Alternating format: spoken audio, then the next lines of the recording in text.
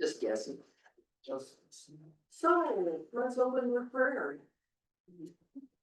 Lord, you've given us wisdom and knowledge and ignorance and stupidity and all the different qualities of it, of being human. Help us to learn how to embrace who we are as whole people and to embrace you out of our humanness. In Christ's name, amen. Amen. So today we're going to talk about the shadow, both dynamics of the psyche as individuals and also in groups, how the shadow shows up in groups. And Felicia, for the past couple of weeks, has really, in her sermon, has given us some great lead-ins to this topic. So we can kind of refer back to those as we go along. So the basic definition of the shadow is those qualities or emotions, etc., that we won't own in ourselves, but instead project on other people. And there are the things in us that bring us shame and remorse and make us, just feel really bad when they kind of pop out. And they do tend to. The things that are part of us that we don't recognize consciously do tend to kind of pop out every once in a while in ways that we don't like and that make us a little upset. So, and dealing with the shadow part of us is really an ongoing thing. It's a lifelong journey. It's not something that you go, oh yeah, well, I dealt with my shadow back in my 20s and I'm fine now. Because every time that we think we're there, other things come up. Jung liked to say that the brighter the light you shine on something in part as part of your psyche, the darker the surrounding areas are. And so the more conscious we get of certain things, the more the darker other things in this.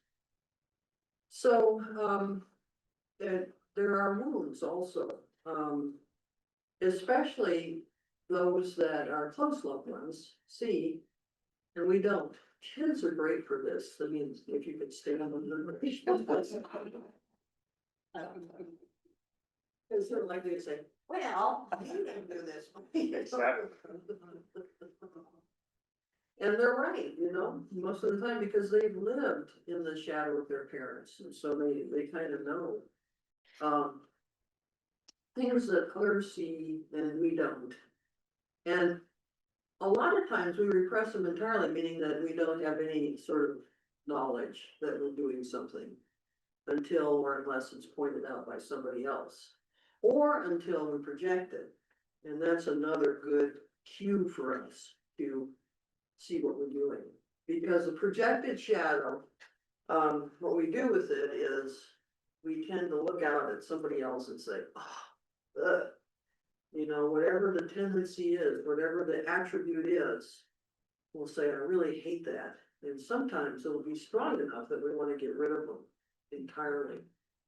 And one classic example that the GLBTQ community has had to deal with and is very familiar with is the projection on other people by people who are gay, but who don't want to admit it, so Phyllis Shackley's, the Phyllis Shackley's of the world who will, raise these huge campaigns against gays and lesbians and have those qualities themselves. And you as the one who's targeted by that kind of projection, you can just kind of go, well, wonder how long it'll take them to figure this out. But it's also very dangerous, it's dangerous for the people upon whom they project. And so, it's a really terrible thing because it erases people. We've talked via Felicia's sermons about how you can erase people based on qualities that are kind of hyped into us, from media and stuff that it's like we fear what we don't get, what we don't understand. And so a lot of times the media in its way of portraying people allows us to project on them. And then, we can get almost a mob mentality going. And it goes both ways. They project on us and we project on them. And that kind of dynamic is really deadly. And so it's important for us to recognize the shadow. And you can do it by saying, okay, now who is it that I really don't like? Well, I don't like that person because they're angry all the time. I just don't like their rage at all. Well, guess what? It's probably something in you that's like that. And it might not manifest in the same way. You might be able to say, well, I never do that. I never talk bad about my neighbors. But there will be a way, because you're triggered by that. There will be a way that you are doing it. Somehow or other, you are doing it. And so looking at that is really helpful. And reeling in the projections is what we call it, knowing what it is that is mine and owning it. And then, surprise, you won't be as anxious to kill the other person. It's like, it's magic. Yeah. And we can also try to erase groups of people, the same thing, make us feel better, not recognizing that we ourselves are like that. Whatever it is that we're projecting, whatever huge thing we have that we're like this. So shadow work is learning to identify and suffer what is hidden within. And like I said before, it's something that's never completed. It's something that we have as a lifelong journey. And its counterpart is shame. And so it's really hard to do sometimes, because when you're caught in a shadowy kind of thing, the feeling that you have a lot of times is shame. Like, oh man, I'm such a terrible person for doing that, and you know. So it's ongoing work, and key to it is humility. It's a real necessary aspect to be able to say, I don't really know. I'm doing the best I can to understand this or to understand myself, but when it comes right down to it, I don't know. And also to admit your mistakes, the same thing. The humility to say, boy, that really slipped by me, I'm sorry. Or, I didn't do that and I apologize, or I did do that and I apologize. So it's an honesty in facing yourself with humility, and then, reeling in projections to face what makes us squirm inside. So any questions or thoughts about that?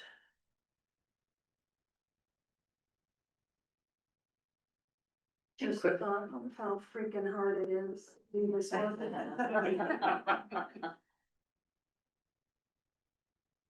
Yeah, it really is. It's surprisingly hard. Yeah. With psychological work, and yet it's kind of the core of psychological work. It's like the bedrock of it. And it's also, like you were talking, Felicia, in your sermon about, imagine Jesus's curiosity in talking to Zacchaeus. And I think hand in hand with curiosity is the willingness to see a mirror there. This is somebody who is like me, and then I can see myself in her and see myself reflected. And that's really hard work, as you notice too. Yeah. Yeah. I find, seems to me it's just as hard, or maybe I should say as bad, to think these things as it is to say, I suppose I'm not saying this because, and so, well, that person isn't hurt. Well, it's inside me. Yeah. And yeah, it's hard to admit that shadow, and it's hard to, I guess, do something about it. Yeah, that's a really good point. That a lot of times the first step is admitting that you're thinking badly about somebody else, and then to say, oh, step one, thinking poorly of them, and step two, what does that have to do with me? Yeah. Just looking at step one up there, we admitted we were powerless over whatever, you know, whatever. Yeah. You're looking like that, do you wanna say anything or not? I'm with Felicia, this is too hard. I think of one person, I just. Wow, seriously? Mm, Think like that? And where am I in my? yeah, right, yeah, how does that manifest in me? I've been thinking, oh, go ahead, Sarah. Lynn. Yeah, I was just thinking in my journey with this, the thing that scares me about shadow, one of the things, is the massive discomfort that it brings up. And how do I deal with this situation? I don't understand it. And one of the things I was invited to help reframe is to, when I'm feeling that discomfort, is to try as hard as I can to not deny the discomfort because it's there, but to get curious about it. And just try to see it from a point of curiosity, which helps me deal with it a tiny bit better. Yeah, that's a really good point. I started to say that one of the things that I'm really working on is how am I a narcissist?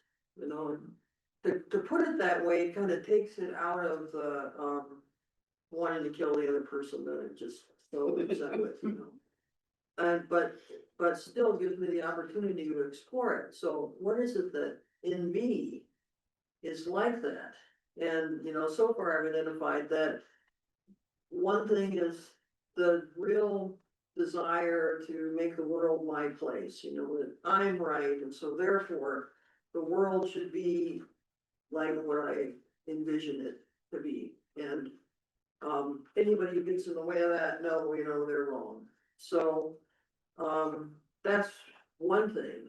And then the sort of glorying, both for myself and for my people, in when we'll talk about this a little bit more in a minute, in being proud of things, you know, in a way that's putting that on other people, so that, like, oh, well, we're so good at blah, blah, blah, and that is a kind of narcissism that makes me uncomfortable. But it's enough in the abstract that I don't have to really get too upset about it. Well, I'm gonna come clean here. Number 3, where it says, if repressed, we project it, hating it in other people. But the quote, and I want to know who Greg Boyle is. If we don't welcome our own wounds, we will be tempted to despise the wounds of others. And I'm working with a counselor right now who wondered if, because one of the bad characteristics of me is I can become really critical. And she's wondered if I repressed resentment for so many years that's what comes out. And that's one of the things, so the criticism, and so that can go to any of the people's, but that's kind of the shadow work I've been doing with her recently. Yeah, that's really good. Thanks for sharing that. It takes a lot of courage to share that. Thank you. And who is Greg Boyle? Oh, great boy. He's He wants to go. It sounds really familiar, but He's a, Jesuit. yeah, he's a Jesuit. He started an organization called, Home Boys. Home Boys Incorporated. So he's been working with gang members, in Okay, for like 30 years. I knew I recognized him. Yeah. Thank you. You would. Thank you. Catching up here.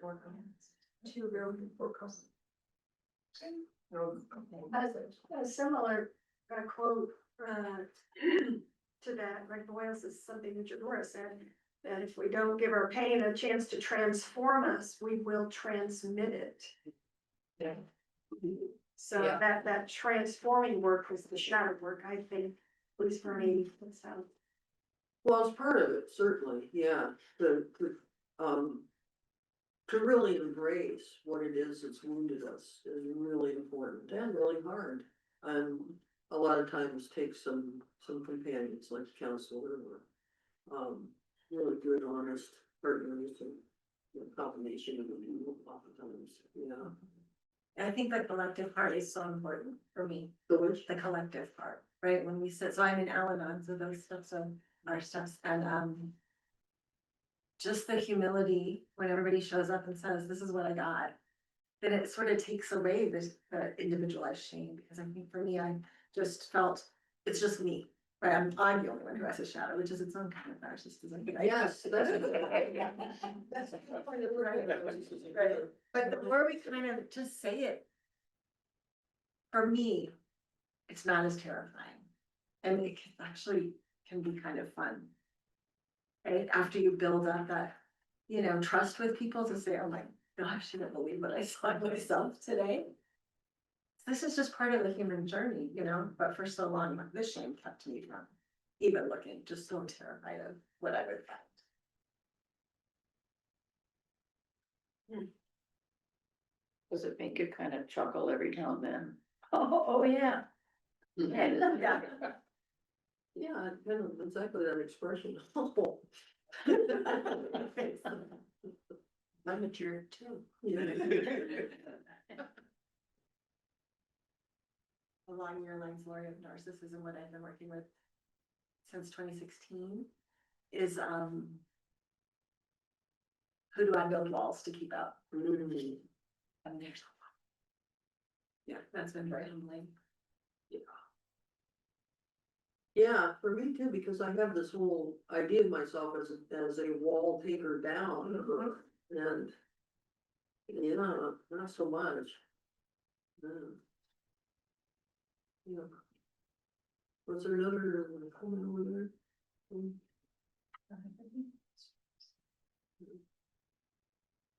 Okay, so I also wanted to talk about the collective shadow, how the shadow works as a dynamic collectively. So, and this has to do with our core values. It's important for us to look at in conjunction with looking at our core values. So we find ourselves as a tribe in a certain way. And what that does is create the not tribe. It's like as soon as we say, I'm this, then there are people who are not that we envision who are outside our tribe. And so it's important to hold ourselves, to kind of take ourselves with a grain of salt. Yeah, where we pride ourselves on being welcoming, for instance, which I think is a big one, and it's been a long-term one. And yet, Gary can say, hey, not so much. You left me standing there in coffee hour and I had to finally push my way in, so. If we were to take that as an affront to us, then, the reaction would be, well, let's do it to Gary, because he's a not tribe now. But, I think that what we wanna do instead as a people is, wonder what we can do differently if we can be more welcoming. But we also have to look at how are we not welcoming and what about that is important to our own health and well-being. Because that's the other thing, is that if you put something up too rigidly as a value, it becomes part of your persona or part of the mask you wear for the world. And then, you can't let yourself be something different because it takes away your identity in some way. So we really have to hold that, yeah, sometimes we're welcoming and sometimes we're not maybe, and when we're not, what's the value of that?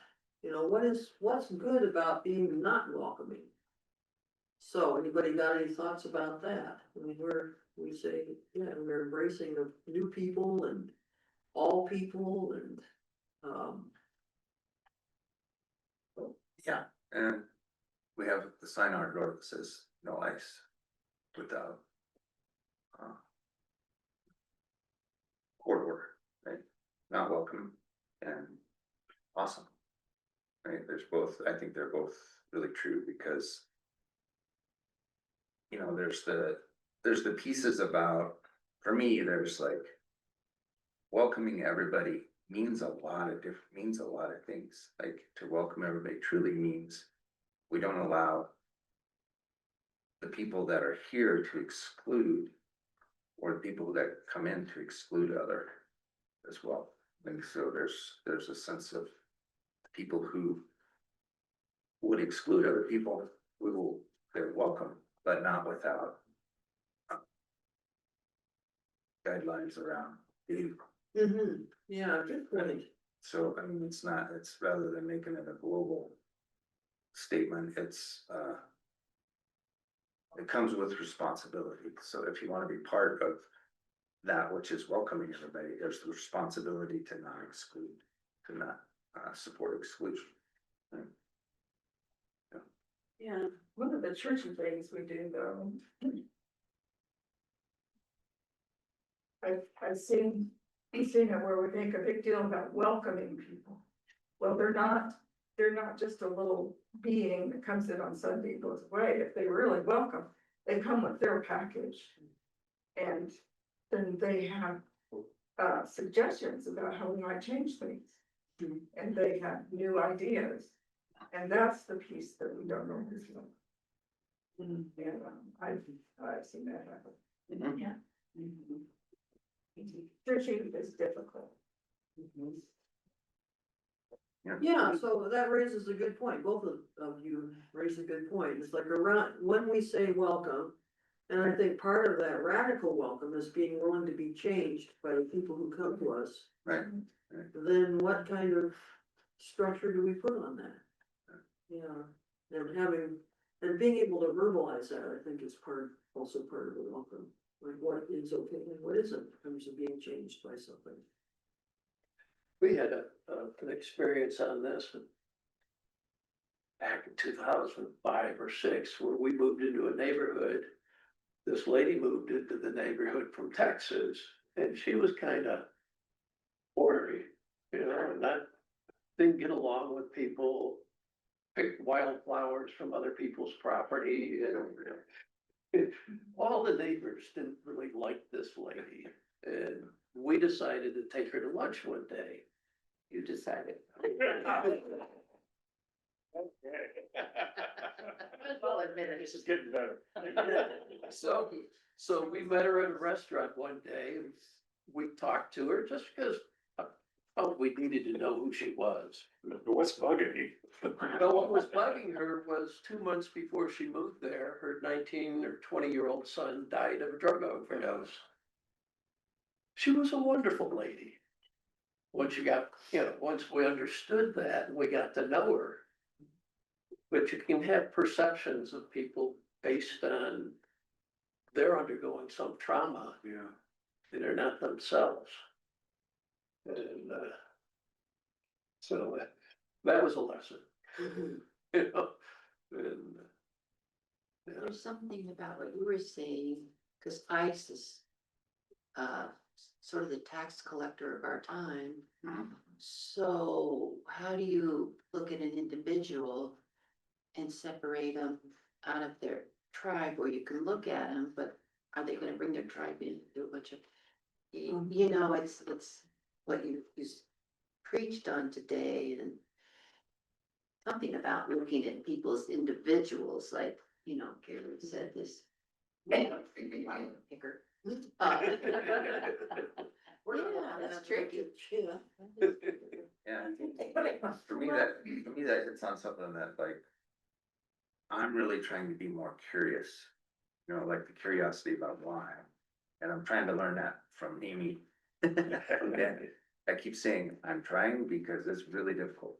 So a lot of times to be curious about someone who's saying something that I'm completely in disagreement with in the moment. Like my curiosity goes really down, the stronger my opinion is about the way it is. the disagreement that I'm having. I agree with you. I'm always going, why, how? How can they, how is it not obvious what's going on? Right? This is like. What's interesting though is that, like, I know I've been reading some different pieces and, you know, it was actually, I think it was something Father Boyle said, when we were at this conference recently. And it was, there's a reason, right? It's like people's experience, their experience is not like, they're not stupid in the sense of like, all of a sudden they just decided this thing is right. There's a reason that they think that, right? A life experience, personal history, like their lived experiences led them to that place, right? And to know what that is to also know how to communicate about it, right? So I'm trying to learn that. Yeah, I think that's a really good point, and it is hard to remember in the moment, yeah. Yeah, Jan. To Welda's point, churches want young people. As long as they just sit down and shut up. And don't want to do something new. And I'm affirming our welcoming because we have different liturgies, which is wonderful. But often it's a resistance to change. Come on in, but we're not changing anything. Yeah. We need to be really aware of that. And it's my favorite Mahler quote about tradition.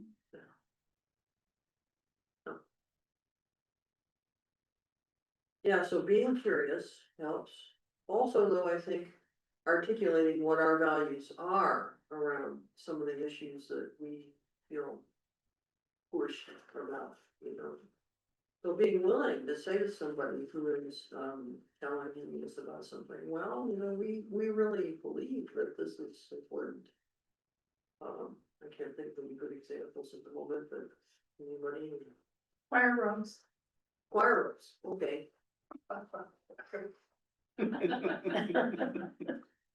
It's, I mean, in the Mahler quote that I constantly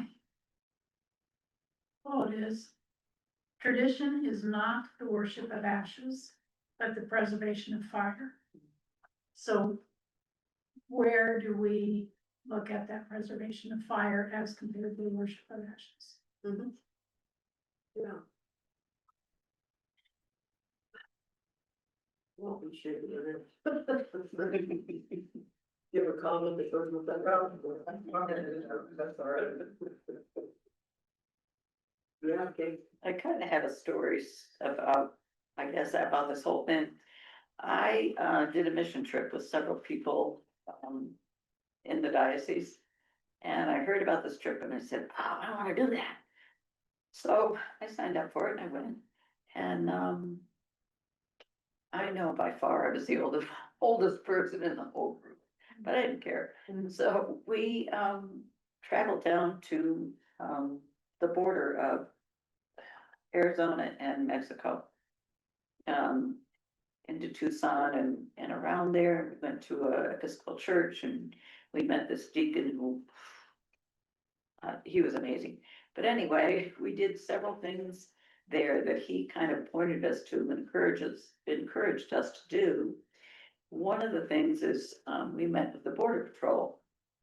Of course, myself and others kind of had this connotation of you're really mean and but we talked with them and they led us around. In fact, we went in their Jeep and went all over the area that they patrolled for people coming into United States that were breaking the law.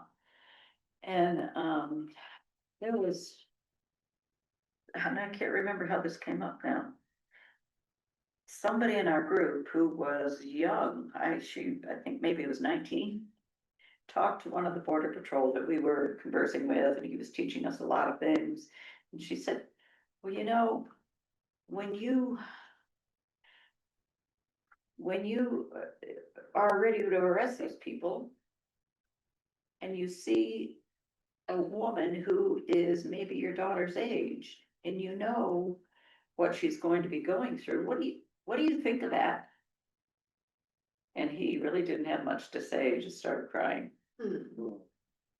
So it really, and I know from what they said and from what I read, they're paid a lot of money, the border patrol people are, compared to other people in their group or in their neighborhood or where they live. And they really need the money to provide for their families. So it was like getting my eyes open to the other side. Yeah. Like you're right on. Yeah. So in Revelations, it says in the end times, we will all be about ourselves. As you all know, I had a bike accident. Cynthia has to at times go places to the doctor. And so we have somebody called seniors, helping seniors come in. And what I've found most interesting is when I'll call them kids because they're not seniors, in their 30s and 40s, and really just sitting and talking to them about what they think. You know, there has been 800,000 students that have left the universities in the Northeast because they are teaching things that we can't believe that they're teaching.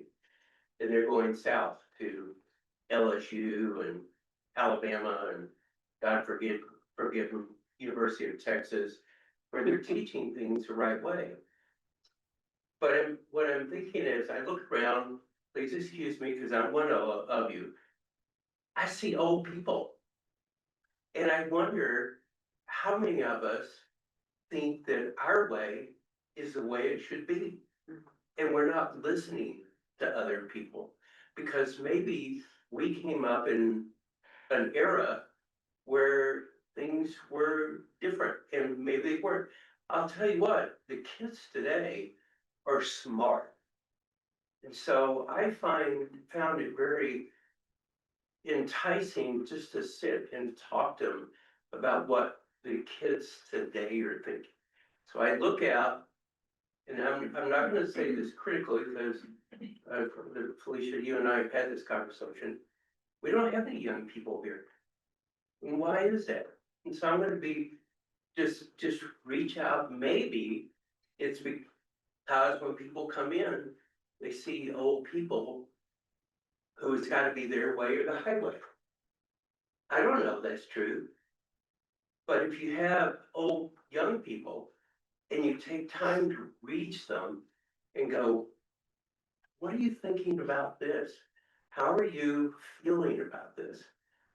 I mean, there have been some major movements this year. I don't know whether you like Charlie Kirk or not, and that doesn't matter. But 1.5 million young people left one party and went to another party because of the way that one party treated them. My point is, young people are thinking, and they're looking around at what's going on. And they're reaching out to people like Felicia and other pastors who maybe have the answer. I don't know. We can talk about that later. But maybe have different answers or asking why the other young people. So in the end, when I'm reading your thing here, it's like we must think about the way we are. We're not just know-it-alls. We don't know it all.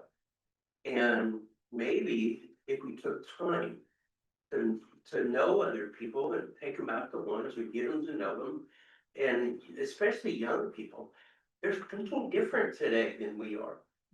So maybe what we ought to do is instead of going to our neighbors, which we should do because they're old, they need to be taken care of, but also getting to know young people and see how they're thinking. Maybe we're thinking wrong. Maybe there's a better way to think of the way that we're thinking of things. You know, I just rattle on too long, but But no, I think that's a good point, that, to be willing to say with humility, maybe, I don't know, so maybe, yeah. And I don't think there's a wrong and right. Mm-hmm. I think there's a difference. When I look out the window, that's my view, and if I look out the window, that's a different view. Mm-hmm. One's not right, and one's not wrong. And I And we need to realize that, they are not living in our world. The young people are not living in our world, we are living in theirs. Mhm. And acknowledging that in them, I think makes a difference. And getting curious, that's what we've been talking about. How Right. do we get curious about others? You know, you took your neighbor, the wildflower picker, and you got curious about her story. Mhm. And how do we get curious about others? And I think also part of that, for me at least, is realizing where it is that I am called to be, you know, and for me, I'm not called into, groups of people to do this kind of work, I'm called to individuals. And that I'm finally learning through the Richard Rohr conference, actually, that you guys were at, and I was at remotely, that, you know, finding what is ours to do is really important in this time. And really discerning your way into what is most important is big right now, so, I would just say that. Because I think we can also get guilty, oh, I'm not doing that, and I'm not doing that, and oh, I'm also not doing that, oh my God, all the things I'm not doing, you know, and that doesn't really help. But knowing what it is that is ours to do is big, it's important. I think that, in today's world, the way things are going, none of us reach out to understand the other side. And before you can have reasonable discussion, you need to try to understand each other's position. And, Yeah, I think that's, you know, that's systemic of our culture over the last, you know, some period of time, right? As we move, that's how we got the polarization thing going. We quit talking.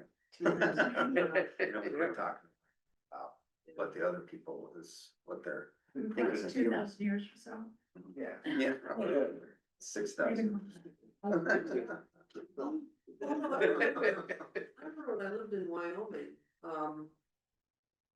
which was up until about, what, 1906 or so, or 2006.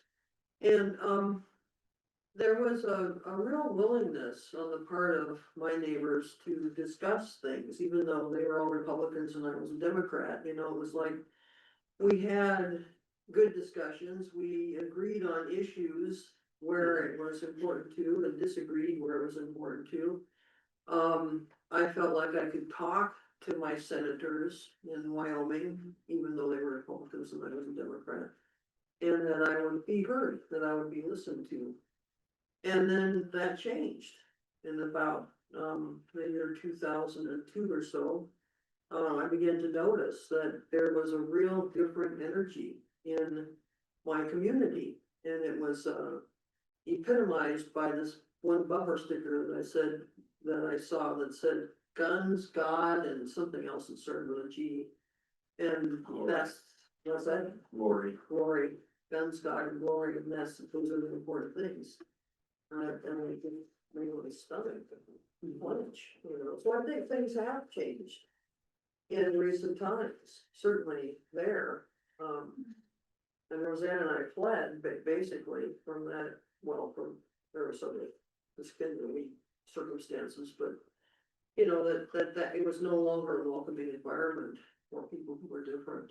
And, I think that's true. Not just in Wyoming, I think that's true in general. And that's kind of shadow, Yeah, it's that's shadow, a shadow of our collective culture, and right, these things that we are next year especially gonna be celebrating.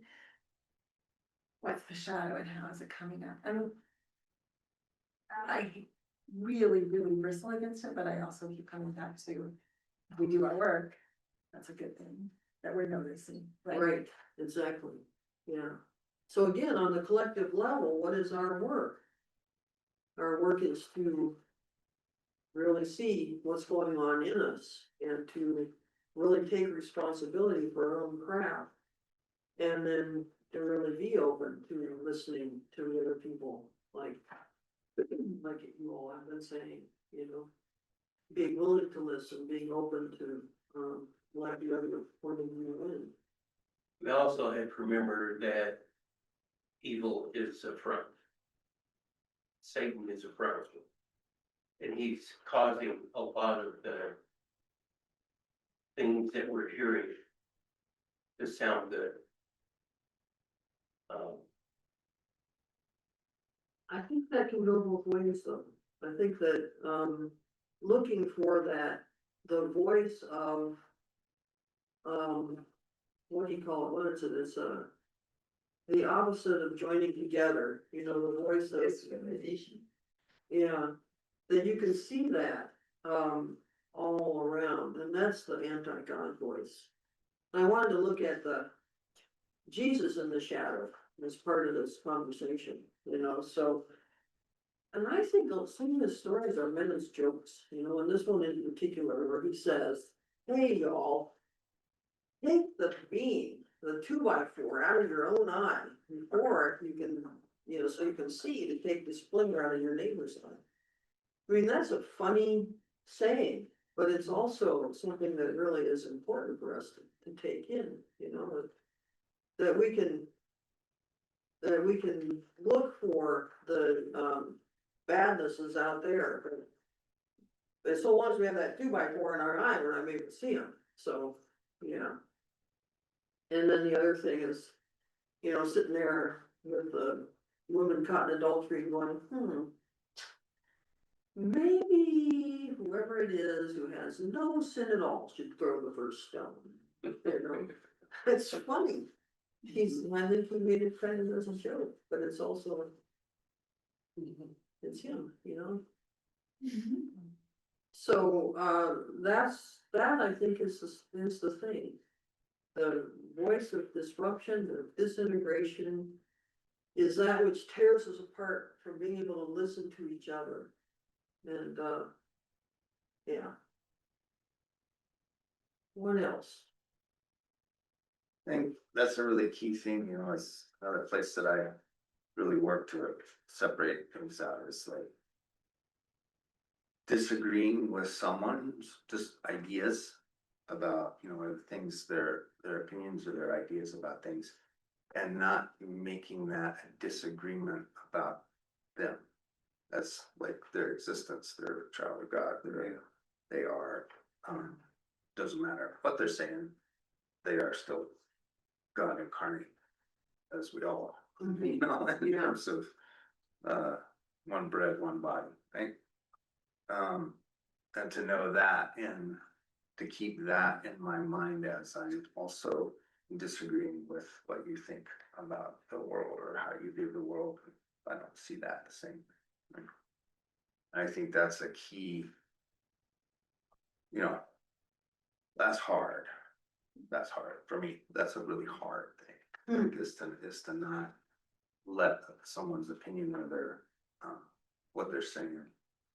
I'll be really transparent, like Trump, you know, like Trump is kind of the epitome for me. It's like, I disagree with almost everything he says. Almost everything out of his mouth is something I find fundamentally incorrect, wrong for life. But that's a human being, you know, that is somebody who is,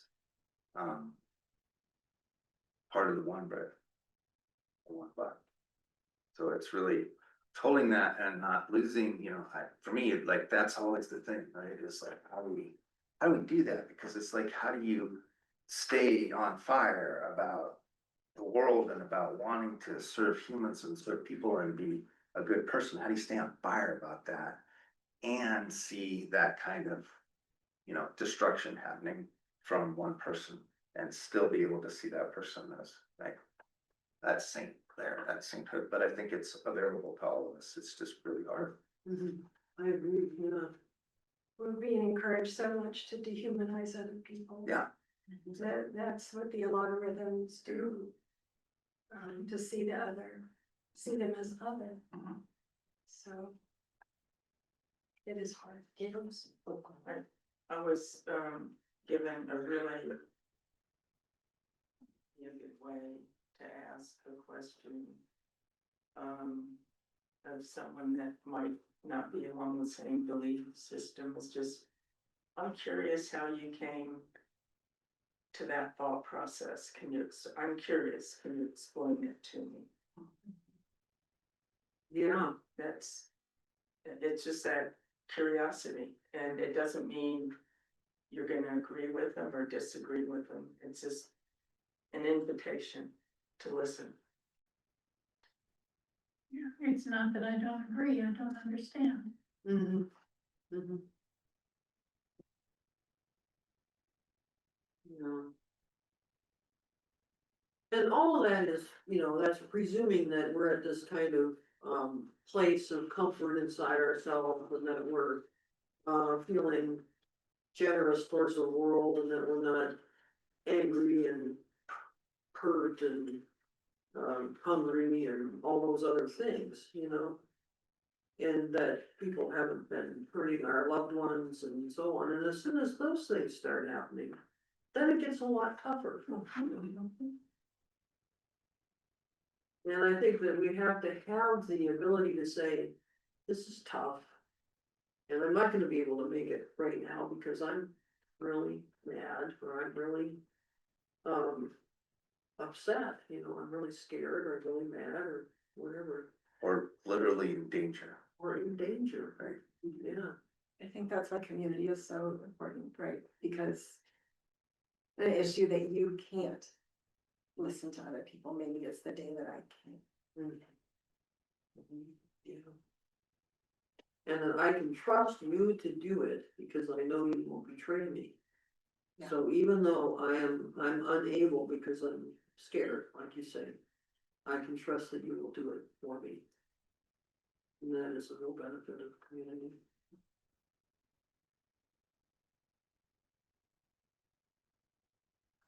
The other thing was that, Jesus wasn't above kind of acting out in service of these things. And I think that's really important for us to remember as Christian people, for sure. Is that there are times when acting out is important, even though it may cause other people to get more against us, that it's still important. So turning over the tables for him in the temple, that was a really important thing to do and didn't make the authorities happy. And, sometimes that's necessary. But he was also targeting the system and the culture and the powers. And yet on an individual basis or group to the core of things. And that's a distinction there. You don't go after the person. You go after the atmosphere around. Or the activity maybe, but Sometimes it helps me to understand that except for the grace of God, this stuff really makes you appreciate grace. Except for the grace of God, I would, you may be meeting this person, here they are on their path, but God has them on a path. And in 20 years, they're gonna be the advocate for, but letting them be where they're at, sometimes you have to walk away from your home. That's interesting, thank you. You're not gonna change them, it's like that you go into a conversation, think you're gonna control it and change it. It's like, we can trust with yeah, good point. Good points. So all which brings us to a kind of collective humility, so thank you for doing this. And then as we think about our core values, so we've got welcome, we talked a lot about that. Inclusiveness is kind of the same dynamic. What about things like courage and curiosity? What are the shadow sides of those?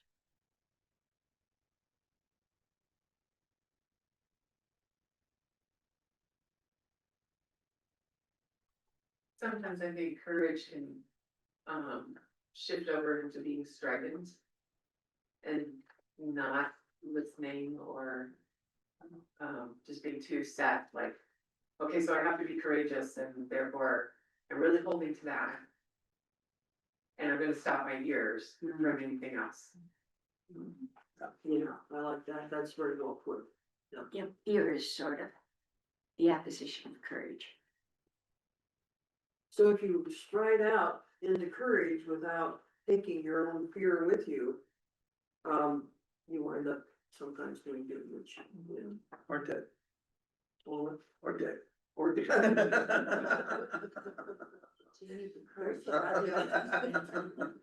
kind of need the courage to be afraid. yeah, that's, like yeah, that. yeah. Yeah, that's, I like that one. I know. Yeah.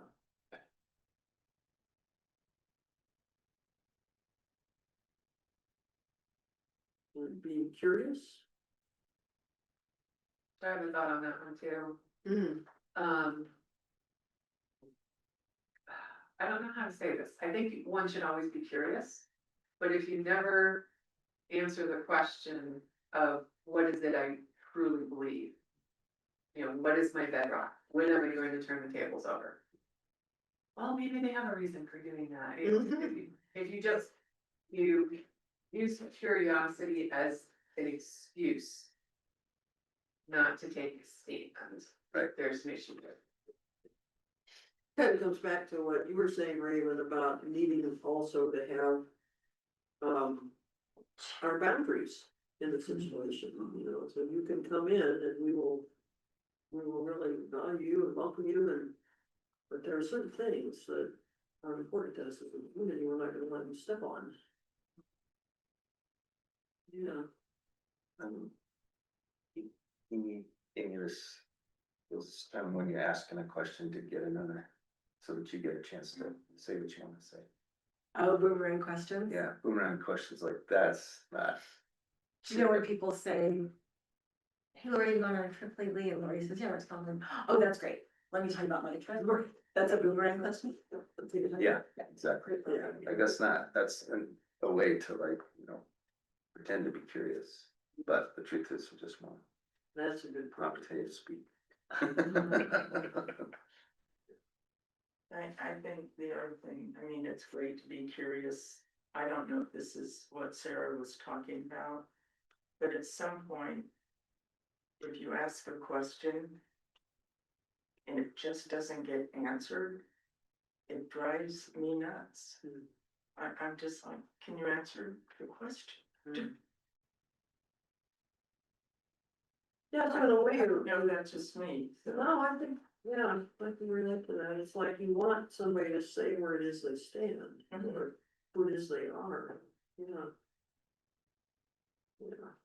I really love what you said, Sarah. Thank you. So my job is to listen to people and I love it.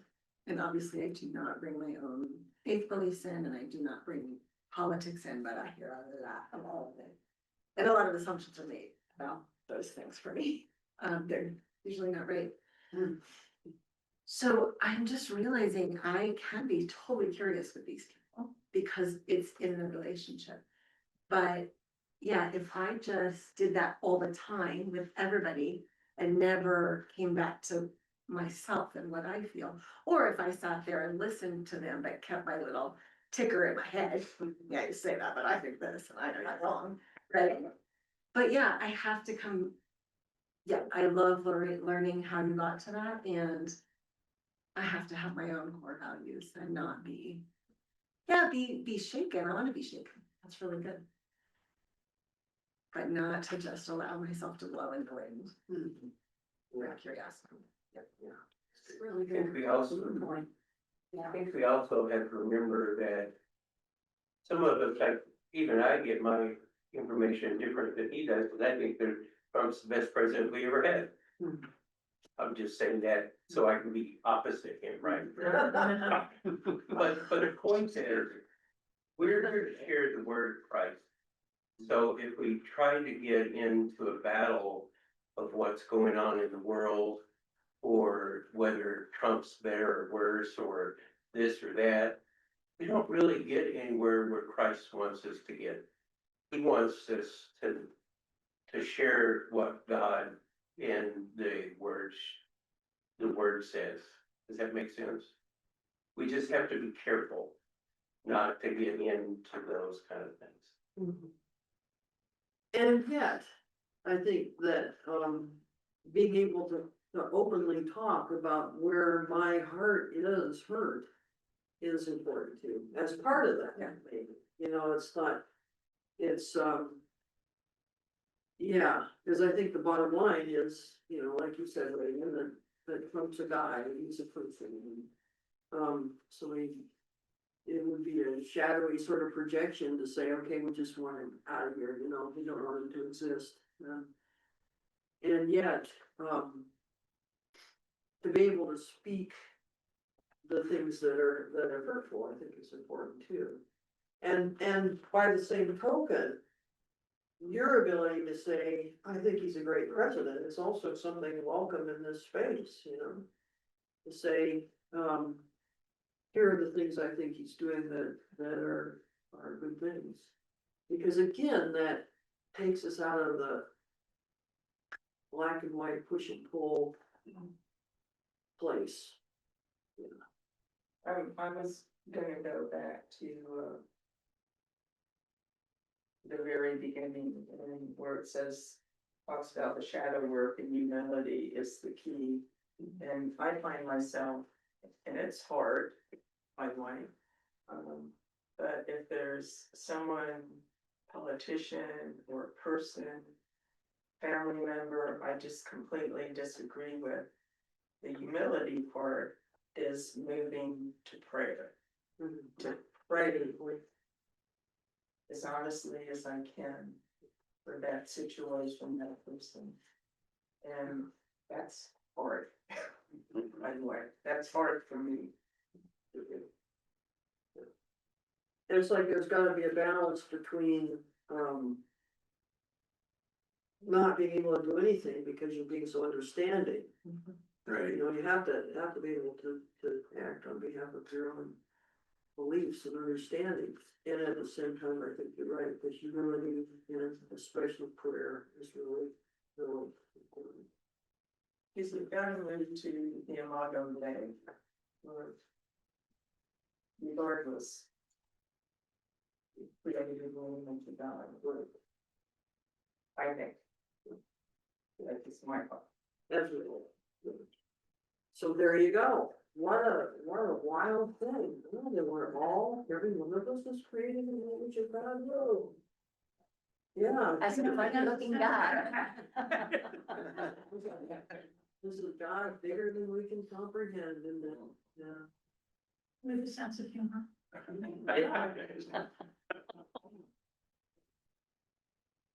So let's pray. Beloved, thank you for this conversation, and thank you for letting us look into our own hearts. Help us to do that on a regular basis and keep us humble about what we find. And keep us in relationship with you, because it's only through you that all things come to resolution in a way that belongs to God. We ask this in Christ's name.